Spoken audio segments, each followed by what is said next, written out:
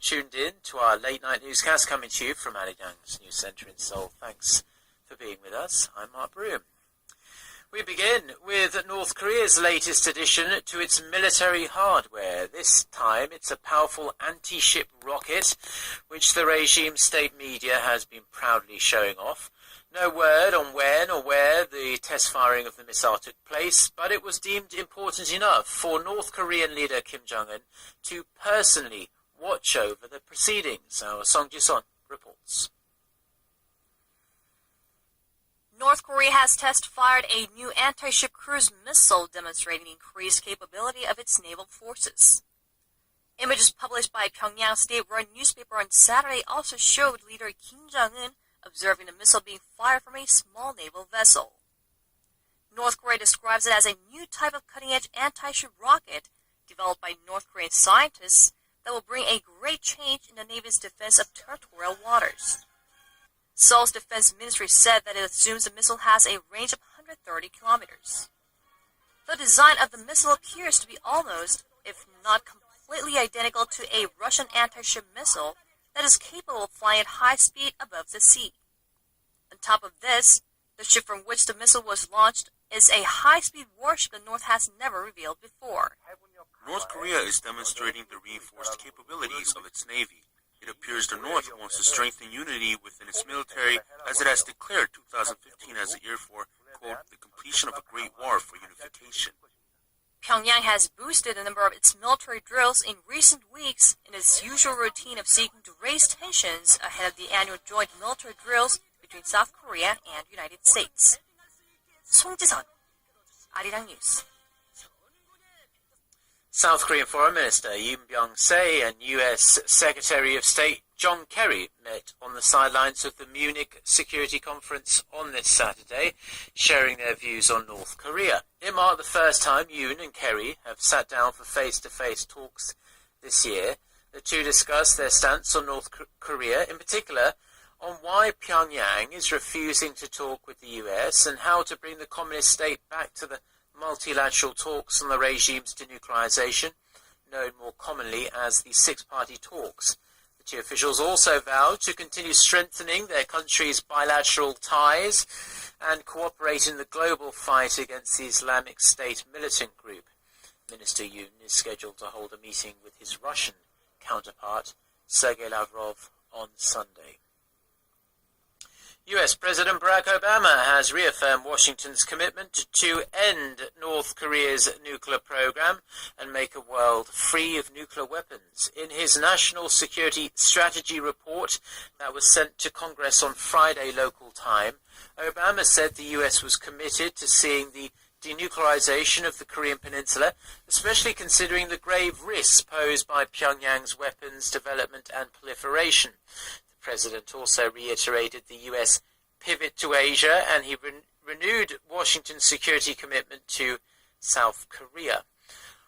On a related note, the White House is expected to invite President Park Geun-hye to Washington later this year. An official at the Korean embassy in the U.S. says both sides are already in talks about organizing a trip. The International Monetary Fund has cut Korea's economic growth forecast for this year to 3.7%. The agency had forecast in October last year that the Korean economy would grow 4% in 2015. The IMF did not elaborate on why it lowered the growth estimate. Despite the cut, the IMF's latest forecast for Korea is still 0.3 percentage points higher than the 3.4% the Bank of Korea forecast last month. The IMF also forecast Korea's economy would expand 3.9% in 2016. Korean researchers have developed a device that's likely to be extremely useful as wearable technology steadily becomes more and more a part of our everyday lives. It charges batteries using only your body heat, and it was chosen as one of the top IT innovations of the year by UNESCO. Paulie reports. Smartphone batteries run out of power relatively quickly, and recharging them can be a problem, especially on the go. Now, a group of researchers at Kaesong, Korea has developed a device that can recharge batteries just with body heat. The thin piece of thermoelectric film is made with fiberglass and when worn can generate electricity from the warmth of a person's body. It's thin and bendable and can easily be integrated into clothing or wearable devices like smart glasses or watches. The wearable thermal element that we developed is flexible and it can easily generate energy using body heat. The team received the 2015 Net Expo Award presented in partnership with UNESCO, marking the first time the honor went to Korean developers. The award is given to the most innovative technology of the year as chosen by global IT experts. Low power consumption trend and the more power generation from our device will be merged in the future. So then means later we can cover more and more power for smart watch or some other wearable devices. Thermo-element technology is expected to have a major influence on daily life in the near future as a key solution to the problem of low battery life for wearable devices that frequently need to be charged. Paul Yi, Arirang News. Islamic State militants say an American woman aid worker who they were holding hostage in Syria has been killed in a Jordanian airstrike. The US government says it's investigating the allegations of the death of 26-year-old Kayla Mullah, but added that so far there's no evidence to corroborate the claim. And Islamic State posted pictures of a destroyed building on a Twitter feed on Friday, claiming Miss Mullah had been buried under the rubble. This latest development comes as Jordan has been stepping up its air raids on IS positions in Syria in retaliation for the extremist group's murder of a Jordanian pilot. A spokesperson for the Jordanian government has called the claims a publicity stunt, and Miss Mullah was kidnapped in August 2013 after finishing a day volunteering at a hospital in Aleppo. Now, could we be edging closer to a breakthrough in the Ukraine crisis? Well, it's probably fair to say the prospects still look bleak, but the leaders of Russia, France and Germany have agreed to draw up a kind of peace roadmap that they will put to Ukraine's president on Sunday. In discussions they described as constructive and substantive, Russian President Vladimir Putin, France's François Hollande and German Chancellor Angela Merkel talked for about 5 hours in Moscow on Friday. They will lay out their plans for eastern Ukraine in a four-way phone call with Ukrainian President Petro Poroshenko on Sunday. Diplomatic efforts to find a peaceful resolution are continuing in Germany on Saturday, with officials saying US Secretary of State John Kerry and Russian Foreign Minister Sergei Lavrov will be holding discussions on this very sensitive issue on the sidelines of this year's Munich Security Conference.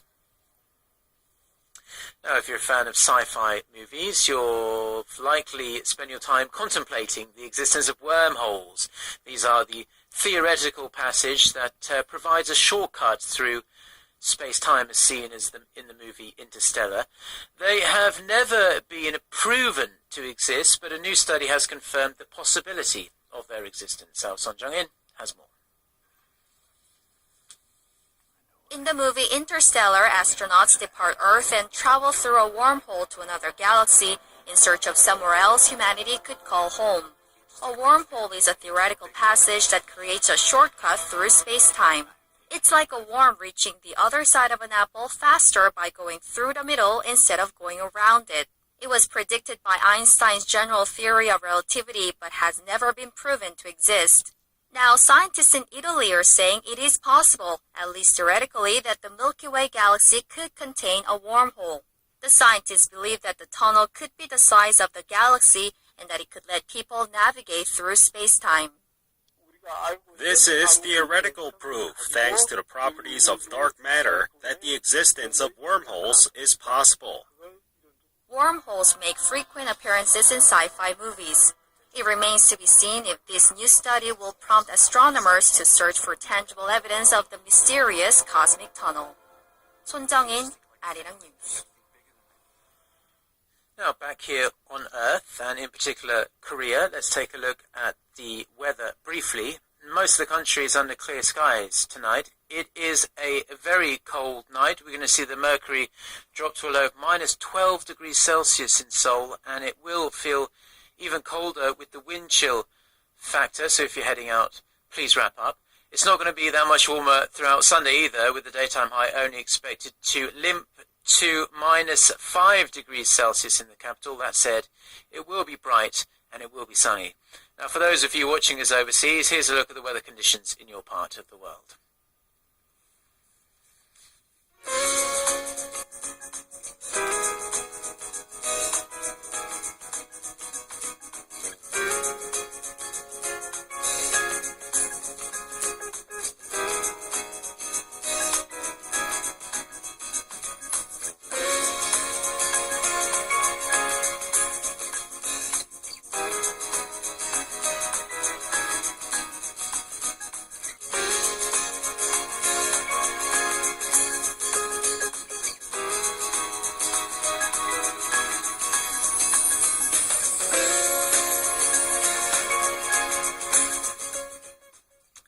Those are the stories we have for you at this hour. For more of the latest, don't forget to check out our website, arirang.co.kr/news, and our smartphone